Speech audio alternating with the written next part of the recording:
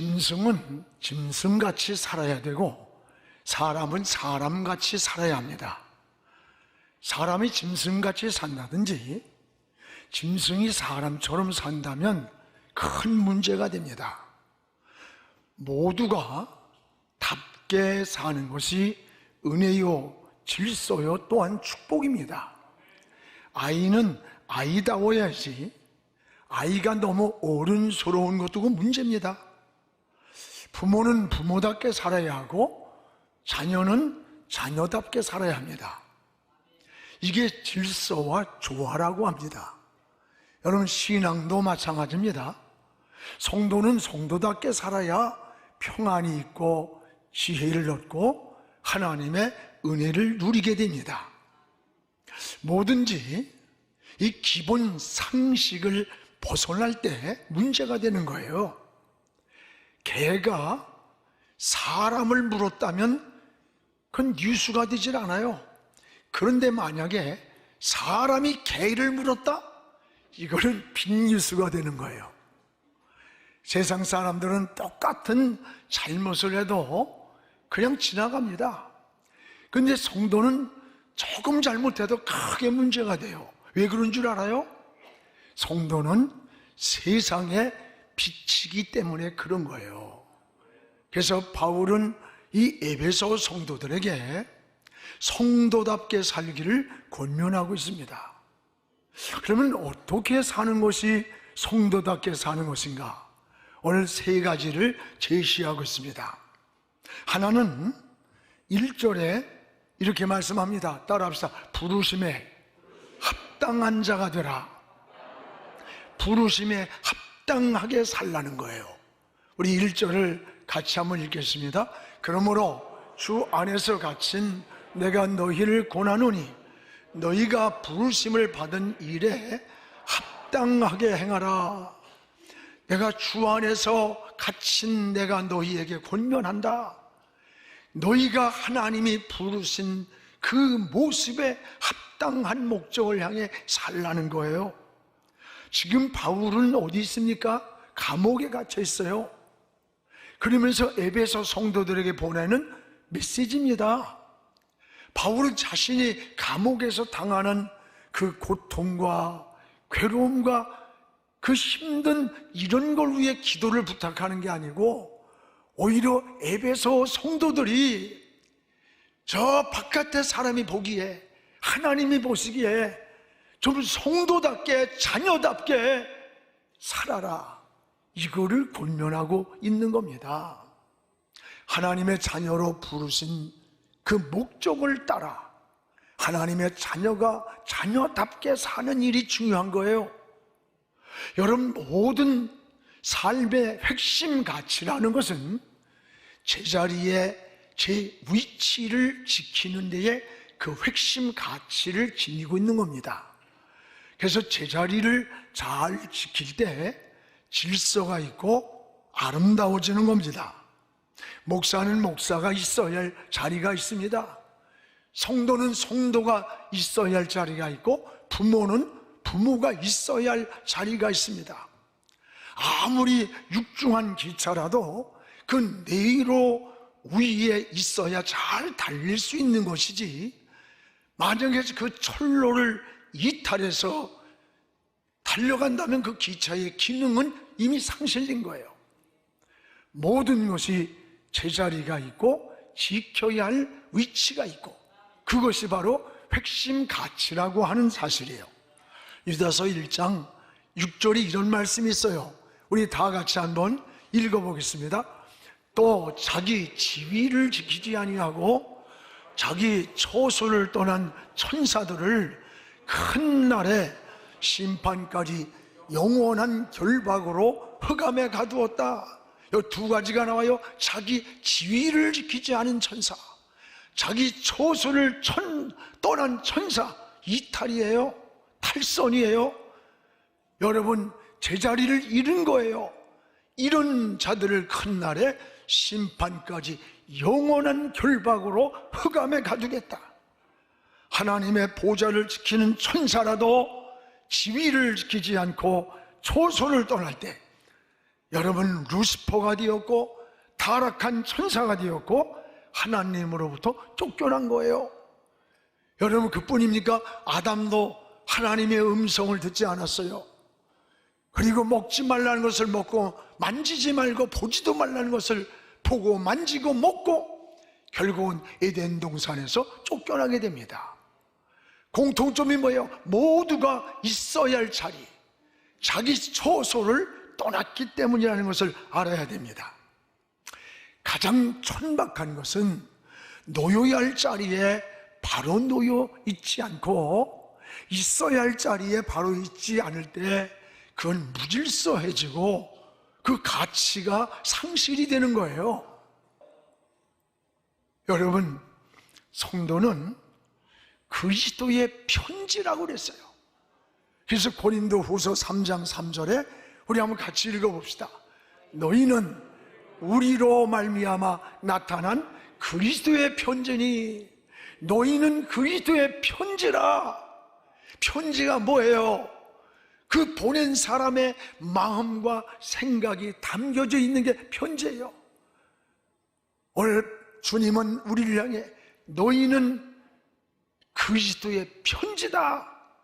다시 말하면 편지를 보고 너희를 보고 세상 사람들이 주님은 이런 분이구나, 주님은 이런 마음이구나, 이런 사랑이구나, 이것을 알게 된다는 사실이에요. 오늘 사랑하는 여러분, 우리의 신앙도 그리고 주님도 너희는 세상의 소금이라고 했고 빛이라고 했습니다. 그리고 소금이 맛을 잃으면 무엇으로 짜게 하겠느냐? 밖에 버리고서 사람들에게 밟힐 뿐이라 가치를 잃는다는 거죠. 이 바닷물의 3%가 바닷물이 부패하는 그것을 방지한대요. 지금 우리 그리스도인들이 정치, 경제, 사회, 문화, 교육 각 분야에 없는 데가 없어요. 그런데 이 세상에 변화가 일어나질 않아. 정화가 되질 않고 권리가 가질 않는 거예요. 왜 그렇습니까? 하나님의 자녀들이 자녀답게 살아야 할 이 고민이 여기 있는 거예요. 그러면 우리는 어떻게 사는 것이 우리가 성도답게 사는 것인가를 깨달아야 돼요. 오늘 2절에 이렇게 말씀합니다. 따라합시다. 그리스도의 성품, 그리스도의 성품을 닮아가는 것이다 그랬어요. 우리 2절을 같이 한번 읽겠습니다. 모든 겸손과 온유로 하고 오래 참음으로 사랑 가운데서 서로 용납하라. 오늘 2절 가운데 4가지 그리스도의 성품, 성령의 열매라고 표현할 수 있는 내용이 나옵니다. 온유, 겸손, 인내, 용납이라는 말이 나옵니다. 여러분, 성품이나 그 열매라고 하는 것은 본질적으로 그 DNA가 같아야 같은 열매가 맺는 거예요. 그래서 예수님도 엉겅퀴에서 무화과가 달리겠느냐? 가시나무에서 포도 열매 절대 안 달린다는 거예요. 왜? 속성이 다르기 때문에. 자식이 잘났든 못났든 그 부모를 닮아 나오는 것은 그 부모의 DNA를 받았기 때문이에요. 여러분, 이게 닮는데 우리 그리스도인들은 예수 그리스도의 피가 우리 영혼 속에 흐르는 거예요. 그래서 그리스도인이라고 하면 주님을 닮는 겁니다. 외모만이 아니에요. 그 기질을 닮아요. 성품을 닮는 거예요. 본능적으로 DNA가 같기 때문이라는 거예요.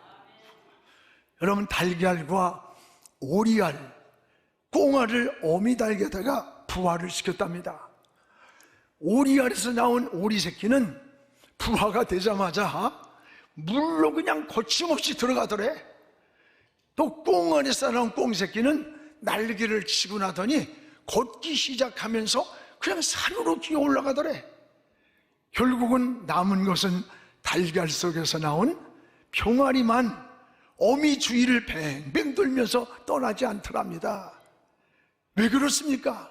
그 속에 DNA가 같기 때문에 속성대로 움직이는 거예요. 맹수가 여러분 어릴 때는 고양이 같고 애완견같이 보이지만 조금만 커보세요. 호랑이 새끼는 호랑이 짓을 하는 거야. 그 기질이 거기에 있기 때문에 그런 거예요. 오늘 예수 믿는 성도는 예수 그리스도의 DNA를 가지고 사는 거예요. 예수 그리스도의 DNA가 뭐예요? 예수님의 피요 예수 생명입니다.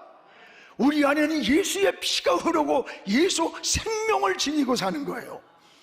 그렇기 때문에 그리스도를 닮아가는 겁니다.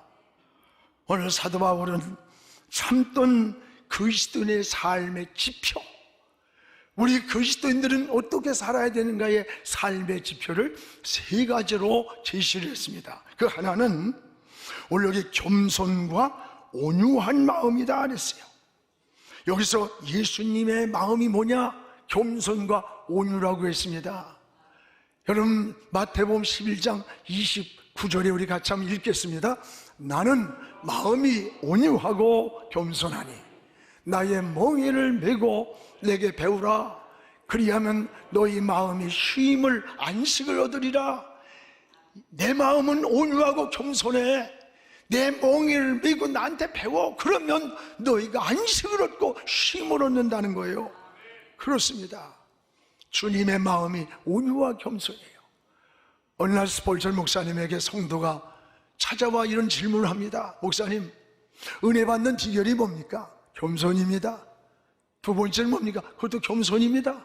세 번째는 그것도 겸손입니다. 그렇습니다. 하나님 앞에 겸손히 엎드리면 하나님이 은혜를 주고 용서를 주고 사랑을 주세요.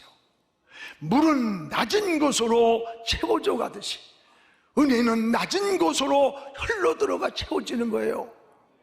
성경에 왜 많은 사람들이 버림받았는 줄 압니까? 겸손함을 버리고 교만했기 때문이에요.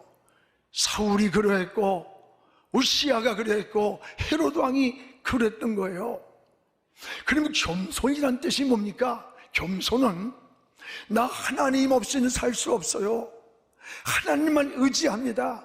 하나님이 나 도와줘야 살 수 있고 일어설 수 있고 승리할 수 있습니다. 이 마음이 바로 본질적 겸손이라는 거예요. 우리가 뭐 좀 낮아지는 척하는 그게 겸손이 아니라, 그러면 교만은 뭡니까? 교만은 하나님 없어도 내 힘으로 살 수 있어. 내가 한 거야. 내가 없으면 집까지 것들이, 이게 교만이라는 거예요. 교만하면 하나님이 버려요. 하나님이 한순간 버리면 지위도 생명까지도 떠나는 거예요. 그래서 바울은 그리스도인의 삶의 지표를 겸손과 온유라고 소개한 거예요. 또 하나는 뭐냐? 오래 참는 것이 그리스도인의 삶의 지표라고 했습니다. 여러분, 여기에서 2절에 오래 참음이라는 말이 나와요. 여기서 오래 참는다는 뜻은 평안할 때가 아닙니다. 좋은 환경이 아니에요. 인생의 비바람이 몰아치고 고난과 풍랑과 시련 중에서 포기하지 않는 마음, 그것이 바로 오래 참음이라는 거예요. 여러분, 신앙생활에는 오래 참음이란 인내가 필요할 때가 참 많습니다. 그래서 야고보서 5장 11절에 우리 같이 읽어보겠습니다. 보라, 인내하는 자를 우리가 복되다. 너희가 욥의 인내를 들었다. 주께서 그의 결말을 보았다. 주는 가장 자비하시고 긍휼히 여기시는 하나님이라고 그랬어요. 욥의 인내를 네가 보았다. 인내하는 자가 복이 있다. 욥이 어떤 사람이에요? 동방의 의인입니다. 정직했습니다. 진실했습니다. 하나님을 경외하는 자였습니다. 그가 당하는 환난이에요. 어느 날 집이 무너졌습니다. 저 스파 사람들이 와서 재산을 약탈해 갔습니다. 그 집이 무너진 집에 자식이 죽고 또 여러분 온몸에 악창이 났어요. 괴로워하는 거야. 그때에 그래도 이해해 줄 만한 아내마저도 하나님이 살아있다면 어떻게 그럴 수 있느냐, 하나님이나 원망하고 죽으라고 하면서 어디론가 떠났어요. 이런 환경에서 우리 같으면 어때요? 하나님, 내가 뭘 잘못했길래, 하나님 지금 어디 계십니까? 왜 이렇게 날 힘들게, 내가 더 이상 살 수가 없습니다. 절망과 좌절과 원망이 기본적 사람들의 모습일 거예요. 그런데 욥은 무릎을 꿇으면서 옷을 찢으면서, 하나님, 주신 것도 하나님, 거둔 것도 하나님이에요. 내게 모든 것이 족신으로 왔는데 돌아가도 그 하나님 은혜예요. 하나님을 원망하지 않고 신앙이 무너지지 않았음을 소개합니다. 하나님은 이런 욥에게 갑절의 축복을 줬어요. 인내하는 욥의 결말을 보라는 거예요. 기도하는데도 인내가 필요해요. 하나님의 시간표가 있어요. 하나님 때가 있습니다. 여러분이 남편을 위해서, 자녀를 위해서, 이웃을 위해서 여러분 기도하고 있다면 그것을 포기하지 마세요. 이루어지지 않았다고 낙심하지 마세요. 끝까지 기도하시기를 바랍니다. 여러분 잘 아는 조지 뮬러는 5만 번의 기도 응답을 고백합니다.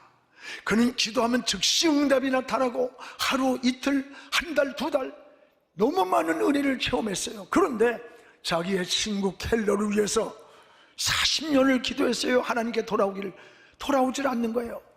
마지막 임종이 올 때, 하나님, 내가 이 세상을 떠난 후에도 내 사랑하는 친구 켈러가 하나님께로 돌아올 것을 위해 기도합니다. 장례식 날 임종 때 한 기도문을 들었습니다. 거기에 참석했던 친구가 눈물을 흘리면서, 나는 내 친구 켈러가 나를 위해 40년을 기도했다는 사실이 믿어진다. 나는 하나님이 누군지를 잘 모른다. 그러나 내 친구 뮬러가 믿은 하나님을 나도 믿는다고 고백을 하면서 그가 가지고 있던 모든 재산을 다 바쳐서 조지 뮬러가 하다 남은 고아원의 사업을 다 재산을 투자해서 이어갔던 겁니다. 사랑하는 여러분, 우리가 살다 보면 어려울 때 있어요. 힘들 때 있어요. 비바람 맞을 때 있어요. 무엇이 안 된다고 낙심합니까? 포기합니까? 하나님의 때가 있습니다. 하나님의 인도함이 있습니다. 하나님을 바라보며 인내하는 신앙 되기를 주의 이름으로 축원합니다. 또 하나 우리 신앙인의 삶의 지표는 뭐냐? 여기 사랑 가운데 서로 용납하고 라는 말씀이 나와요. 여러분, 서로 용납한다는 말은 반드시 상대가 있음을 말해주는 거예요. 무조건 관용을 베푸는 게 용납이 아닙니다. 여기 서로라는 말을 주목하세요. 잘못을 뉘우치고 철저히 죄를 회개하고 돌아서는 그런 사람을 우리는 끝없이 용서를 베풀어야 된다고 하는 말씀이에요. 베드로가 어느 날 주님 앞에, 주님, 우리가 잘못한 인간들에게 7번쯤 용서해 줄까요? 그 말할 때는 그래도 배짱 있게 얘기해요. 7번이니까. 근데 예수님 뭐래요? 야 인마, 7번이 아니라 70번이라도 용서를 해야 돼. 그러면 77이 49, 490번하고 491번 때는 작살내라는 거냐? 그 얘기가 아니라 끝이 없는 용서, 끝이 없는. 그러면서 주님이 일반 달란트 비유를 하는 거예요. 일반 달란트 빚진 자의 비유로 말씀을 하셨던 거예요. 오늘 여러분, 이게 신앙인의 모습이에요. 또한 여러분, 끝이 없는 용서, 이게 성경이 말하는 거예요. 또 여러분, 간음하다가 현장에서 잡혔어요. 이 여인은 체념하고 이제 돌에 맞아 죽을 그냥 그런 마음을 가지고 있는 거예요.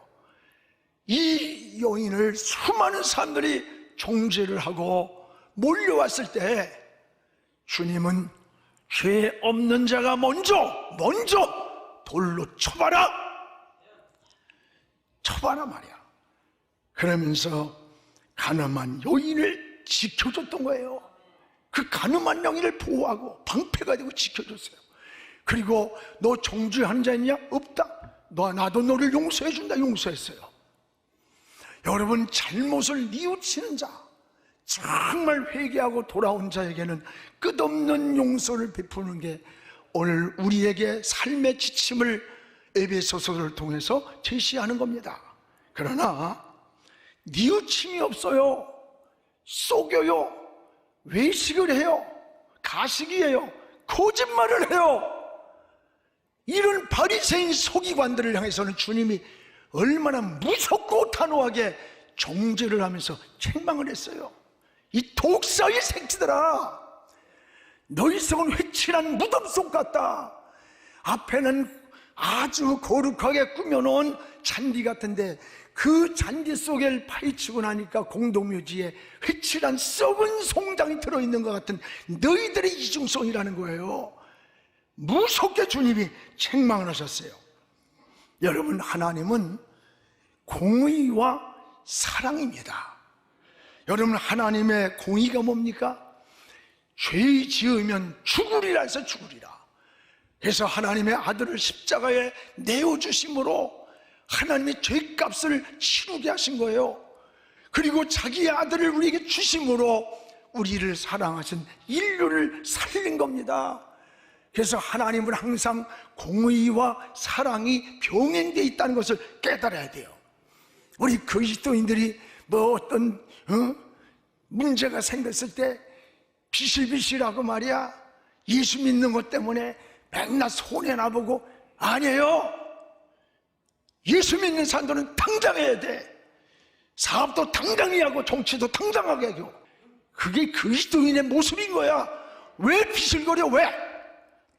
우리 예수 믿는 들이 당당하고 그러다가 권리만 찾고, 여러분들이 그러면 안 돼요.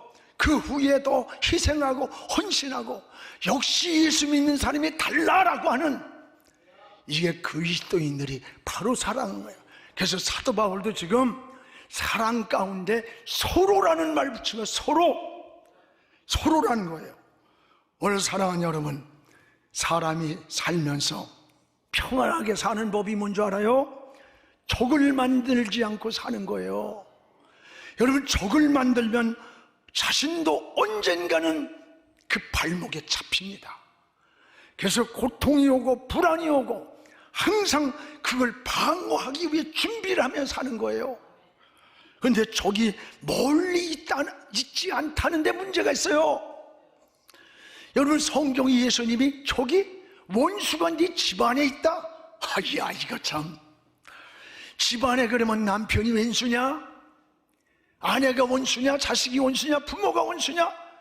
그런 뜻이 아니에요. 집안이란 말은 가까이 있다는 거예요. 가까이. 적이, 원수가 가까이 있다는 말이에요. 여러분이 가장 믿었던 사람, 가까운 사람, 가장 잘 아는 사람이 배신을 하는 것이 80%랍니다. 여러분, 사회에 일어나는 사건들을 보세요. 믿었던 기사가, 믿었던 비서가, 곁에서 믿어줬던 친구가 배신을 하면서 인생을 무너뜨리는 거예요. 사람이 사람을 믿지 못한다는 게 얼마나 불행한 겁니까? 근데 성경은 어디 한 군데도 사람 믿으라는 데 없어요. 사람은 사랑의 대상이지 믿을 대상은 아니야. 우리의 믿음의 대상은 하나님밖에 없다는 것을 감사하시기를 축복합니다. 이것이 그리스도인의 삶인 거예요. 사랑하는 여러분, 용서는 상대방에게 내가 은전을 베풀고 자비를 베푼다고 생각해요. 아니에요. 용서는 나 자신을 병들게 하는 고통으로부터 자유를 얻는 겁니다. 내 영혼이, 내 삶이 치유를 받는 거예요. 오늘 사도 바울은 성도답게 살아라, 성도답게 살아라. 온유와 겸손과 인내와 서로 용납함으로 예수 그리스도를 닮아가라는 것이에요. 오늘 우리가 성숙한 그리스도인으로 이 세상의 소금이 되고 빛이 되기를 주님의 이름으로 축원합니다.